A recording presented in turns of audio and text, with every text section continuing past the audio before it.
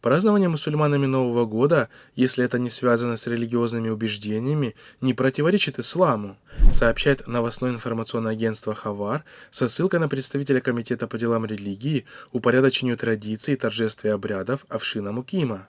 К сожалению, есть люди, которые призывают отказаться от празднования Нового года и под любым предлогом хотят нанести удар по религиозным чувствам народа. Но реальность такова, что в нашем обществе Новый год не признан как религиозный праздник. Это всего лишь календарный праздник или, можно сказать, очередная дата, когда подводятся итоги ушедшего года и планируются задачи на предстоящий год, подчеркнул Афшин Муким. Напомним, что ранее главный муфти Узбекистана Абдулазиз Мансур в своем видеообращении также разрешил праздновать Новый год, сказав, что это не противоречит исламу. Однако через несколько дней под давлением общественности он попытался скорректировать позицию и отказался от своих слов.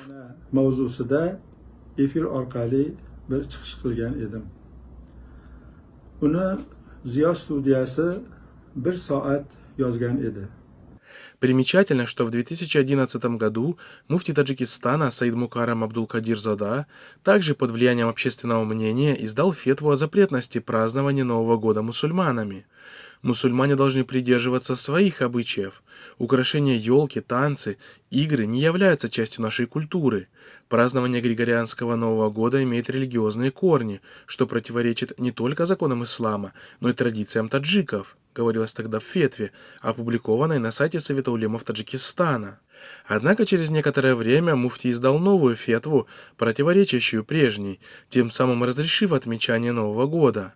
Отвечая на вопрос одного из посетителей сайта Совета улемов Таджикистана, он, в частности, сказал: «Отмечать Новый год – это традиция, а не поклонение. Ничего плохого в том, что родители дарят детям новогодние подарки, нет».